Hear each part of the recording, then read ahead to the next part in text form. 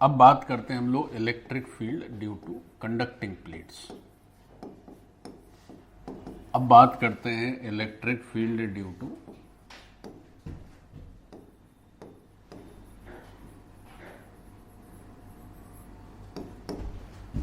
Conducting plates. सीखो भाई। अब जब हम कैपेसिटर की पढ़ाई करते हैं तो हमें कंडक्टिंग प्लेट्स के चलते इलेक्ट्रिक फील्ड कैसे क्या आती है, जरा इस बात पर गौर किया जाए। देखें साहब कैसी आएगी कंडक्टिंग प्लेट्स के चलते इलेक्ट्रिक फील्ड। तो दो कंडक्टिंग या एक कंडक्टिंग प्लेट हमने बनाई है ना, तो उसका बस सामने वाले ही रीजन बना रहे हैं। क्या हो रहा है ये? तो साहब ये कंडक्टिंग प्लेट बन गई, ये उसकी एक साइड है और ये से उसकी दूसरी साइड है। चलिए, अब जब ये कंडक्टिंग प्लेट का ये फ्रंटेज आपको नजर आ रहा है, मतलब पीछे की तरफ है प्लेट पूरी, ठीक है। ये भी प्लेट अगर कंप्लीट ड्रॉ करोगे तो इस तरह का है, जैसे एक ये सिरा हो गया इसका, एक ये हिस्सा हो गया, फिर एक ये हिस्सा हो गया। जैसे नॉर्मल एक प्लेट बनती है उस तरह की प्लेट है ऐसी। फिर थोड़ी सी थिकनेस है इसकी,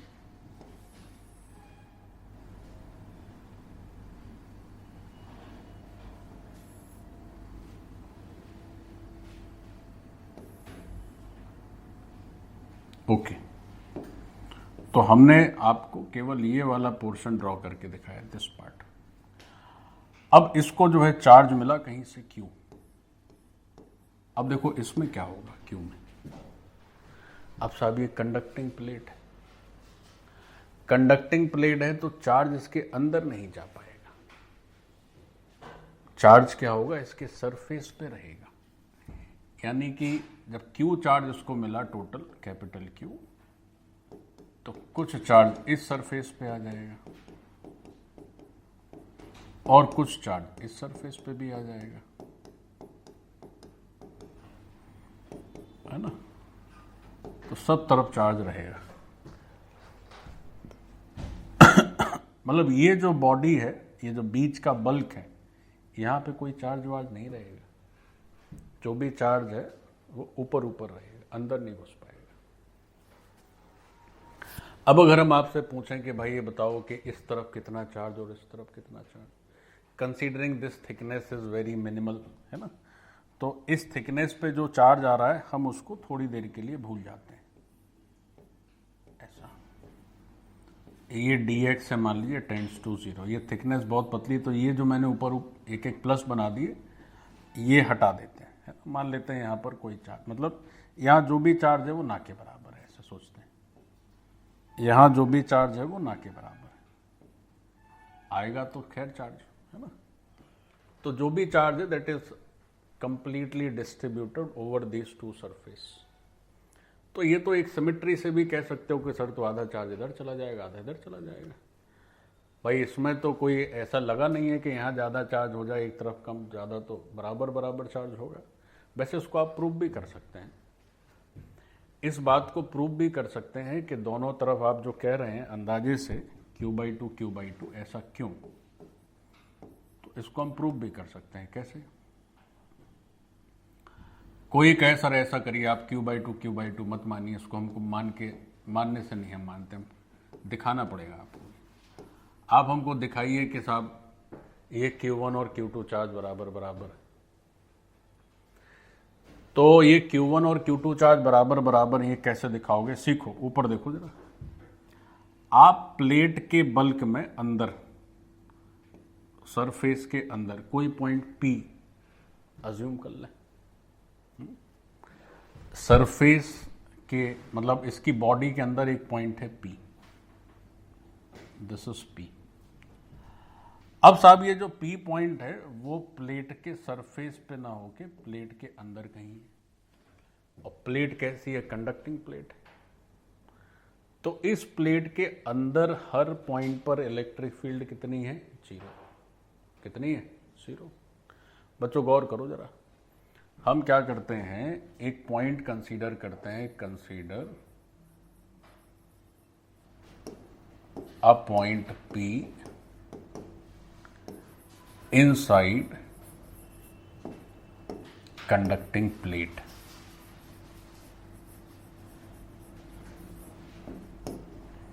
हमने मान लिया कि एक पॉइंट P है कंडक्टिंग प्लेट के अंदर। बच्चों जरा सीखो ध्यान से। अब ये जो पॉइंट P है, इस पॉइंट P पर हमें इलेक्ट्रिक फील्ड चाहिए। तो ये जो पॉइंट P है, इस पॉइंट P पर इलेक्ट्रिक फील्ड चाहिए। अब देखिए साहब, इस पॉइंट P पर इलेक्ट्रिक फील्ड इस Q1 के चलते इस साइड आएगी, या ऐसे नहीं, ऐसे देखो कि जैसे Q1 चार्ज इस तरफ है और पॉइंट P इधर है ना, चार्ज पीछे, पॉइंट इधर है, तो उसके चलते इलेक्ट्रिक फील्ड जो आएगी वो इस तरफ आएगी। तो पॉइंट P पर जो इलेक्ट्रिक फील्ड, हम पॉइंट P को अगर अलग से बना के दिखाएं, बच्चों एकदम गौर से देखो, अगर पॉइंट P से यहां बना दिए तो इसके चलते ये जो इलेक्ट्रिक फील्ड है उसको लिख सकते हैं that is E due to Q1, और ये जो इलेक्ट्रिक फील्ड है उसको लिखा जा सकता है E due to Q2। Again दोनों सरफेस के बीच में कहीं पर ये पॉइंट P है, तो पॉइंट P इन दोनों सरफेस से ऑलमोस्ट 0 डिस्टेंस पर है। तो पॉइंट P के रिस्पेक्ट में देखेंगे तो अगेन ये सरफेस कैसे हो जाएंगे? इनफाइनाइट सरफेस, है ना। क्योंकि पॉइंट P की इस पहले सरफेस से 0 डिस्टेंस है ऑलमोस्ट, तो पॉइंट P को ये लगेगा, या आप ऐसे सोच लें कि पॉइंट P की जो डिस्टेंस होगी सरफेस से, उसके रिस्पेक्ट में सरफेस की डायमेंशंस कैसी होंगी? इनफाइनाइट। तो एक बात ये हो गई, जैसे हम लोग नॉन कंडक्टिंग प्लेट में कर रहे थे, सेम उसी तरह से यहां भी हो रहा है। तो अगर EQ2 देखें साहब, तो EQ2 कितना लिखा जाएगा? तो आप लिखेंगे Q2 बाई 2 एप्सिलॉन नॉट। और अगर EQ1 देखें तो ये हो जाएगा Q1 बाई 2 एप्सिलॉन नॉट। अब पॉइंट P क्या है? कंडक्टिंग मटेरियल के अंदर। तो जो EP है उसका जो मॉड वैल्यू आएगा वो आएगा 0, और वो किसके बराबर होगा? EQ1 माइनस EQ2 के बराबर, क्योंकि दोनों ऑपोजिट सेंस में। और वो उसकी मॉड वैल्यू कितनी आएगी? 0, क्योंकि कंडक्टिंग मटेरियल के अंदर तो इलेक्ट्रिक फील्ड 0 होता है ना। जो भी इलेक्ट्रिक फील्ड है सरफेस पे, जो भी चार्ज है वो भी सरफेस पे बच्चों। तो यहां से जब ये 0 हो गया तो इसका मतलब निकला कि EQ1 और EQ2 दोनों बराबर है। और EQ1 और EQ2 बराबर होने का मतलब क्या है? देखो गौर से, ये है तुम्हारा EQ1 और ये है बच्चों EQ2। तो दोनों में 2 एप्सिलॉन नॉट तो नीचे नीचे कॉमन ही।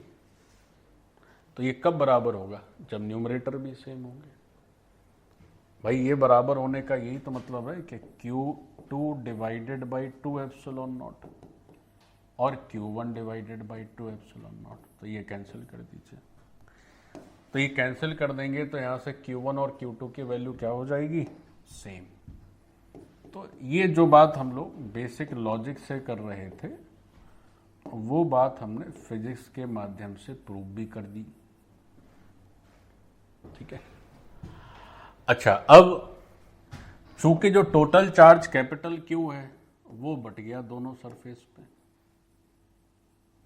जो टोटल चार्ज कैपिटल Q है that is distributed in Q1 and Q2, और Q1 और Q2 दोनों है सेम। तो इसका मतलब हो गया कि जो Q1 और Q2 है वो कितना है? Q/2। तो ये जो बात ऊपर लिखी थी वही बात यहां से भी आ गई। तो दोनों सरफेस पे बराबर बराबर चार्ज है बच्चों। Q/2 एक तरफ, Q/2 दूसरी तरफ। अब ये जो आधा आधा चार्ज बट गया, अब बात चली कि साहब एक काम करिए कि जो प्लेट है, इस प्लेट के दाएं और बाएं 2 पॉइंट्स लिखिए और उन पर जरा बताइए इलेक्ट्रिक फील्ड क्या होगी। तो हम एक काम कर लेते हैं कि ये तो ठीक ही है, ये जो Q/2 लिखा है यहां से हटा देते हैं और यहां पे लिख देते हैं Q1 हो गया Q/2 और Q2 भी हो गया Q/2, ऐसे। अब बच्चों क्या है कि प्लेट के दाएं और बाएं 2 पॉइंट्स हैं, say this is point A and this is point B. अब देखिए, सोचिए जरा, पॉइंट ए पर इलेक्ट्रिक फील्ड चाहिए, पॉइंट बी पर भी चाहिए। तो पॉइंट ए के रिस्पेक्ट में 2 चार्ज डिस्ट्रीब्यूशन है बच्चों, एक है Q1 और एक है Q2। तो इस पर जो इलेक्ट्रिक फील्ड आएगी that is EQ1 plus EQ2। Point A इधर है, एक चार्ज डिस्ट्रीब्यूशन है कि एक उसके पीछे, तो दोनों के चलते सामने की तरफ इलेक्ट्रिक फील्ड आएगी। ऐसे ही पॉइंट बी पीछे है, तो इसमें भी सामने की तरफ आएगी। तो हम लिखेंगे EQ1 और EQ2। देखो ऐसे ही तो होगा, EQ1 प्लस EQ2। अब ये जो ए और बी पर इलेक्ट्रिक फील्ड की वैल्यू हमने लिखी EQ1 प्लस EQ2, तो वो देखो क्या उत्तर ले रही है, सीखें। जैसे EA पहले देख लेते हैं, तो हम लिख रहे हैं साहब EQ1 प्लस EQ2। तो EQ1 का मतलब क्या हुआ, तो आप लिखेंगे साहब सिग्मा 1 बाई 2 एप्सिलॉन नॉट, और इसको लिख दीजिए सिग्मा 2 बाई 2 एप्सिलॉन नॉट। अच्छा साहब, सिग्मा 1 क्या है? सिग्मा 1 है इस तरफ के सरफेस पे चार्ज डेंसिटी और एक दूसरे तरफ के सरफेस पे चार्ज डेंसिटी। तो चूंकि दोनों तरफ के सरफेस पे टोटल चार्ज Q/2 है और एरिया भी सेम है, तो सिग्मा 1 सिग्मा 2 दोनों की वैल्यू भी कैसी आएगी? सेम आएगी, total charge divide by surface area. तो अगर EA को सॉल्व करेंगे आप और ऐसी EB, दोनों तो सेम ही है, तो E और EB की जो वैल्यू लिखेंगे, जब उसमें दोनों ये वैल्यू पुट करेंगे तो दोनों तो सेम ही हो जाएंगे बच्चों। तो यहां से भी आंसर वही आएगा जो आंसर तुम्हारा कहां आया था, नॉन कंडक्टिंग प्लेट्स के लिए आया था। जो आंसर आपने नॉन कंडक्टिंग प्लेट्स के लिए लिखा था वही सेम आंसर यहां पे आ जाएगा। तो ये जो इलेक्ट्रिक फील्ड है due to conducting plates, so this is same as, पहले तो लिख लेते हैं electric field due to conducting plates.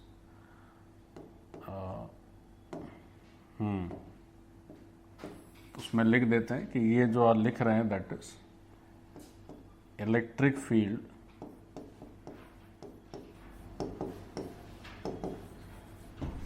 Due to conducting plates.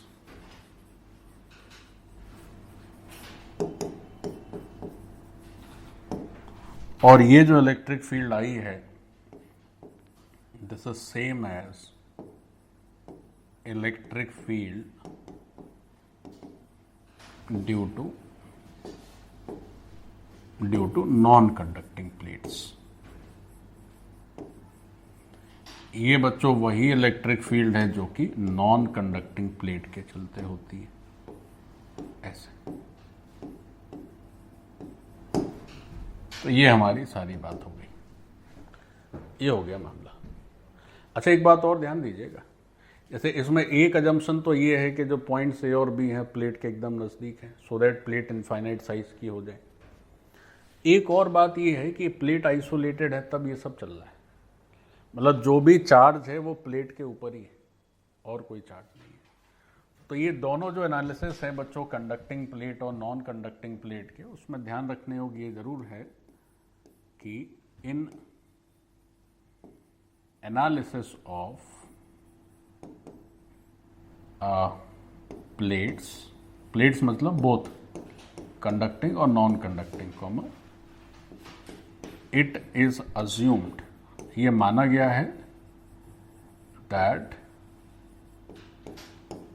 Plates is isolated. Isolated का अर्थ हुआ नो अदर चार्ज, और किसी दूसरे चार्ज की कोई चर्चा नहीं है, और कोई दूसरे चार्ज की चर्चा नहीं है, जो भी चार्ज है वो प्लेट का ही चार्ज है। ये है पूरा logic. So this is the entire logic of plate, and plate analysis is perfectly done. Plate analysis हमारी निपट चुकी है। तो कंडक्टिंग प्लेट हो या नॉन कंडक्टिंग प्लेट हो, उसके अगल बगल में इलेक्ट्रिक फील्ड कितनी है बोलो, Q/2A∪0। कितनी है, Q/2A∪0। ठीक, चलिए तो आज के लिए यहीं विराम देते हैं।